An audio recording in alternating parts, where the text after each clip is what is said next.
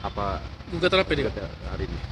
Jadi hari ini sesuai dengan omongan kami yang kemarin bahwa kami akan mengajukan gugatan pra peradilan terhadap institusi pihak kepolisian, dalam artinya pihak kepolisian Polresta yang menetapkan status tersangka kepada klien kami Obi. Dan hari ini kami mengajukan dan sudah siap dengan apa bukti-bukti yang ada. Bukti yang ada apa? Kenapa, Kak? Bisa diajukan gugatan ini kenapa? Alasannya kenapa? Ada gugatan ini kenapa ini? Jadi setelah kami investigasi menyeluruh dari saksi-saksi dan fakta-fakta ada di lapangan, itu kejanggalannya sudah agak terang benderang. Karena apa yang ditetapkan oleh pihak kepolisian, penyidik dalam hal ini, dan kami juga tim ini berbeda jauh keterangannya dengan apa yang telah kami dapatkan. Mungkin bukti yang dilampirkan itu apa? Nah, jadi bukti yang kami lampirkan nanti keterangan-keterangan daripada saksi yang kejadian, surat-surat dari masalah surat penetapan tersangka, penangkapan dan penahanan yang tidak prosedural menurut kami. Di antaranya apa yang ada prosedur? Yang tidak diprosedural itu apa, Kak?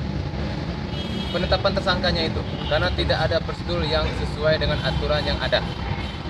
Karena memang harus ada permulaan, itu ada bukti yang cukup. Ini nggak ada, menurut kami tidak ada bukti yang cukup.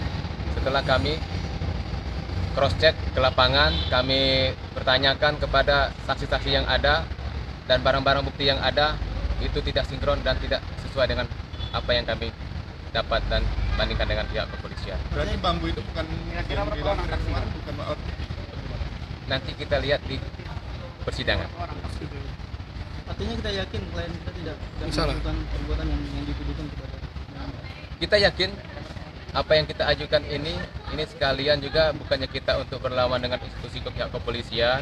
Kami juga selaku aparat penegak hukum sebagai catur bangsa saling mengingatkan kepada saudara-saudara kita pihak kepolisian, kejaksaan, hakim, bahwa ini adalah aturan yang harus kita jalani untuk memenuhi atau untuk menentukan suatu hak daripada tersangka itu harus sesuai dengan aturan yang ada.